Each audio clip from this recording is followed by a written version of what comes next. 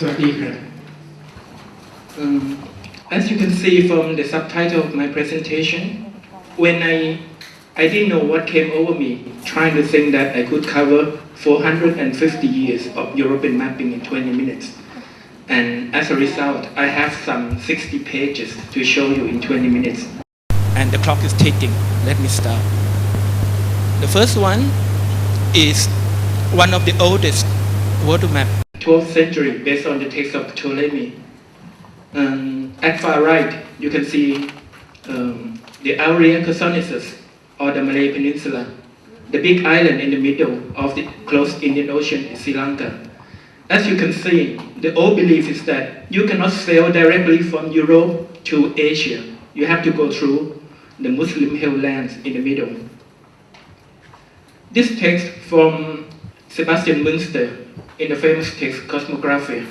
You can see it's page 1589, paragraph 2. You can see the index finger there. It said, in this kingdom of Siam, there is the area Regio, the golden land of Ptolemy. Next comes the peninsula, area Chersonesus, or the Malay Peninsula, one of the early texts showing that Siam was the land of gold. Again, Münster drew a map of Asia in 1540. You can see the enlargement on the right, the green island Sumatra, the pink, the main Malay Peninsula. At bottom, near the tip, is Malacca. In the center, you can see Regio area, Latin for golden land, corresponding to the land of Siam. To the west is Peko in Burma, and also Regio Argentea, or the Silver Land. There was an even earlier world made by Italian called Bernardo Silvanus in 1511. The same year, the Portuguese came to Siam. You can see at left, Gangeticus Sinus, Latin for the Bay of Bengal.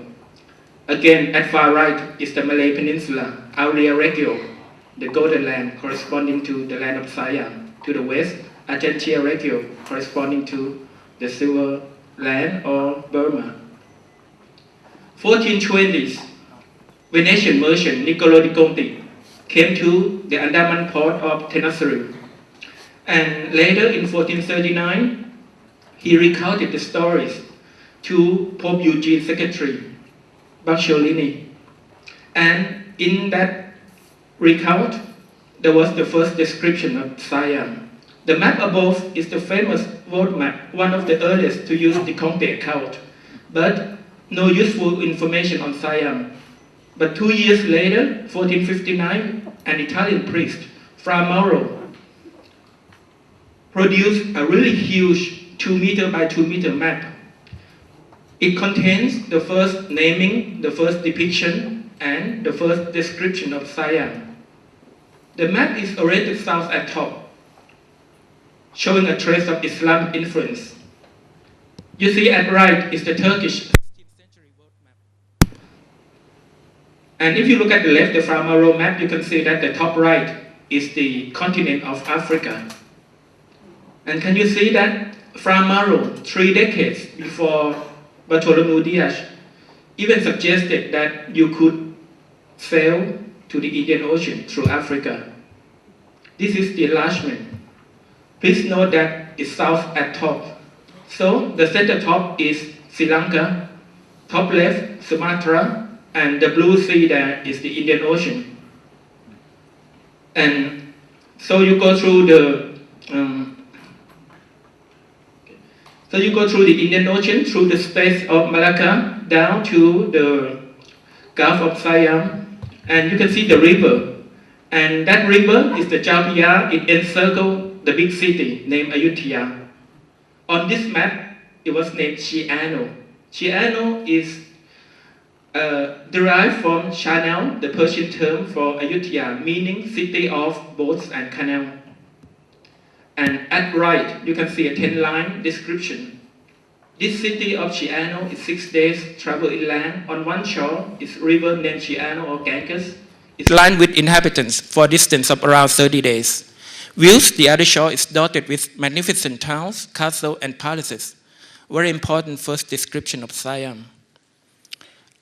Fra Mauro also named Sukhothai, Phetchaburi, Gui, Ava, Champa, Matabang, Melaka, Peku, Pakan, Arakan, Tawoi, and Tenasserim. The wealth and splendor in the east, as depicted on this world map, may have motivated the Portuguese to embark on their historic voyages. Can you see the town at bottom left?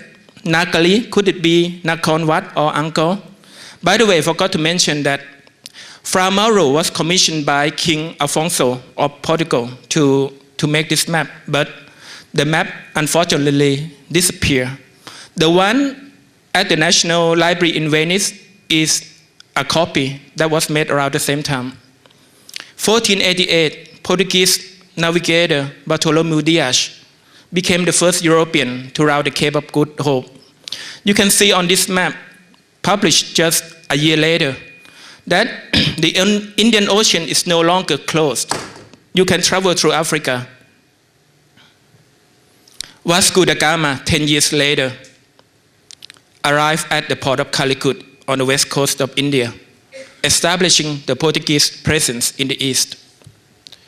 The famous Cantino map, the so-called Cantino because it was smuggled and bought by Alberto Cantino, agent of the Duke of Ferrara in Italy. You can see that there's no longer the trace of Ptolemy for the Malay Peninsula at far right. However, if you notice, the Malay Peninsula points in the wrong direction. And also, it extends to far south, almost to the Tropic of Capricorn. An enlargement around the Gulf of Siam. I rotated the main image so that you can read the name more clearly. At bottom is Champa Kashim, Champa. In the middle, Sherlener, again derived from Chanao, the name for Ayutthaya. At top right, Naga Ingor, or Nakhon Si Thammarat.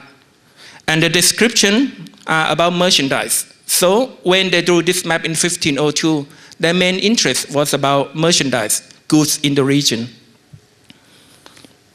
So even before the Portuguese came in 1511, already 7 Siamese names appeared on European map.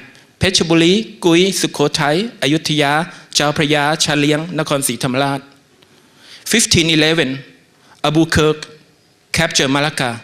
Soon after, he sent Portuguese cartographer Francisco Rodrigues to survey the region. This is one of the 20 sketches made by Rodrigues around 1513. The first European map drawn on the spot, probably in Malacca. The first with the Malay Peninsula pointing in the right direction. And also the first to use the term Siam for the country, Siam there. This wonderful map is kept at the British Library, drawn by Chong Ross, and presented to King Henry VIII based on Portuguese material, 1542. You can see the heart symbolizing Ayutthaya, and very interesting, the images at the bottom.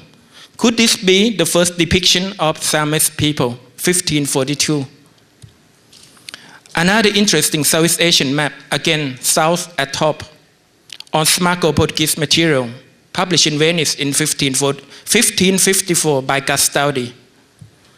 At bottom, you can see the fabled and famous Chiang Mai Lake, the apparent source of numerous rivers of the region. Also, this is the first printed map to name Ayutthaya, the Chao Phraya, and the Mekong. Contemporary Portuguese writer Barros regarded Siam, China, and Vijayanagar in India as one of the great states on earth. And Portuguese map in early 16th century also reflected on this. You can see at left, the world map by Rebelo, 1529. At right, Southeast Asia map by Homem, 1559. You see how well regarded Siam was. But look here. Can you see that the name Siam disappeared? This is a famous map by Dulado, 1576. So what happened? Actually, if you look at the date, it was drawn around 7 years after Ayutthaya fell to the Burmese in 1569. and the word must have got through to the Portuguese. That's why they replaced the name Siam with Pegu. I think you know about the Treaty of Tordesillas in 1494, which divided the world into the Spanish and the Portuguese hemisphere. You can see the image on the right. So on the west you can see the demarcation line here. On the west, including Malacca, is the Portuguese hemisphere. On the right, including most of Southeast Asian island, is the Spanish hemisphere. And can you see the name Siam or Ayutthaya way to the right? The reason is that the maker was a Spaniard. It was published in Madrid. So I guess he deliberately put Siam in the Spanish hemisphere. And this is the first printed map of Siam. You see the cartouche there, Regnum Siam or Kingdom of Siam. But 1596 during the reign of King Naresuan, but it actually covered the area like India or the Philippines. This is the really first printed map to focus on Siam, published in Amsterdam in 1616, even though the name is Malacca. The first French map and also the first printed map to name Bangkok, 1652. However, the first map to really depict and name the city of Bangkok is this Dutch manuscript, circa 1630. You notice that Bangkok was on the Thonburi side. And you can see some temple on the Thonburi side is Wat Moli and Wat Arun. And you can see temple on the Bangkok side is probably Wat Chetupon. The canal there is Klong Bangkok Yai. A year later, also published in Paris, a wonderful map of Siam by Coronelli, an Italian who worked for Louis XIV. This is a highly detailed map. Note that the map doesn't extend north because until that time, hardly any European ever went up there apart from perhaps Ralph Fish, who went to Chiang Mai in 1587. You see the details showing all the forts along the Chao Phraya River, including the two forts opposing on the opposing side of Chao Phraya. That's another fort in Phetchaburi at bottom. Lalobert, Simon de Lalobert, the French envoy to Siam in 1687. This is a later version published in London in 93, but there was an earlier version published in Amsterdam and Paris in 1691. Actually, based on the survey by French engineer de la Mare. You see the detail of Lalobert map. What's interesting is the so-called Jalinka gap. In those days, the Indian and the Persian trader, they used this gap to travel from the Andaman coast to Ayutthaya, starting off at Mergui, Tenasserim,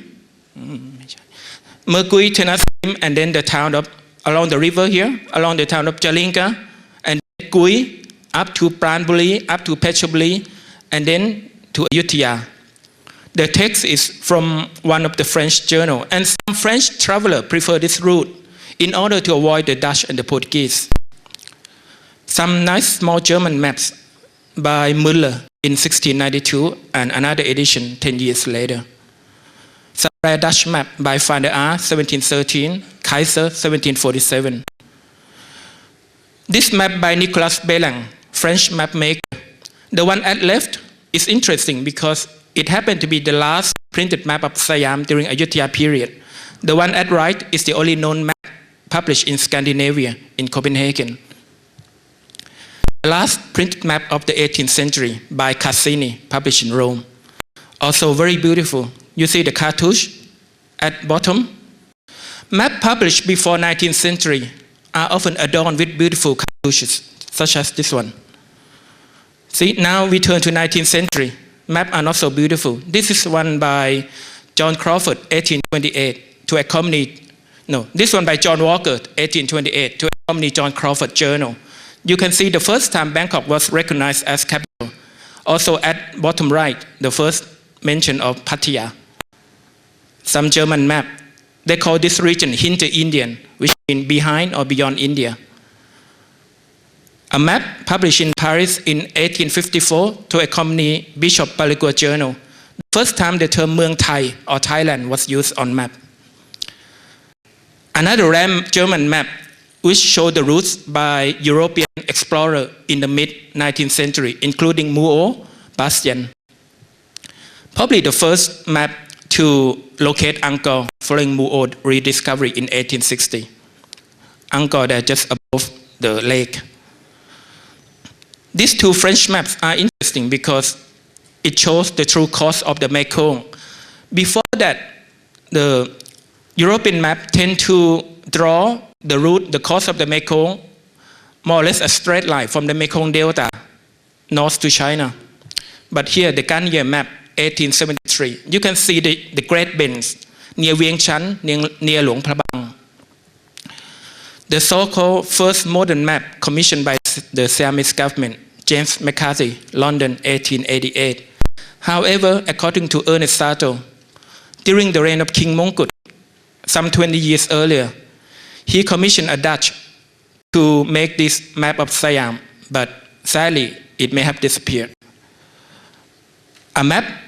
A French map of Siam during the period of colonialism, published just 2 years before the Pak Nam crisis in 1893. The brown area is the area under French dominance. The historic treaty of 1909, where Siam ceded 4 Malay states, Kelantan, Terengganu, Kedah, and Perlis, which make the shape of Siam what it is today. Wonderful map of Ayutthaya by Wingbones, 1663. See details here. The picture is a bit lifeless here, hardly any boats or people. But if you look at the next one, by Johann Christoph Hafner, Augsburg, 1685, you can see how lively Ayutthaya was. That's why the Persian call us Chanel, city of the boats and canal. That's why Pinto call us Venice of the East. For the record, Pinto compared Ayutthaya to Venice in the letter he wrote in Malacca on the 5th of December, 1554. A wonderful plan of Ayutthaya by Coronelli, 1692, based on Kutalang earlier map, 1686. Map of Lopburi by Belang. The first printed map of Bangkok, left by Simon de la Lobert, 1691 in Paris. At right is the first guidebook, map from the first guidebook by J. Antonio, 1904. Some detail here. See at top, number one, top left, you see the Grand Palace. Below, you see some names, some numbers along the river. 43 is Bikrim, and next to that is 44 Sunan Thalai College, Lady Rashini School.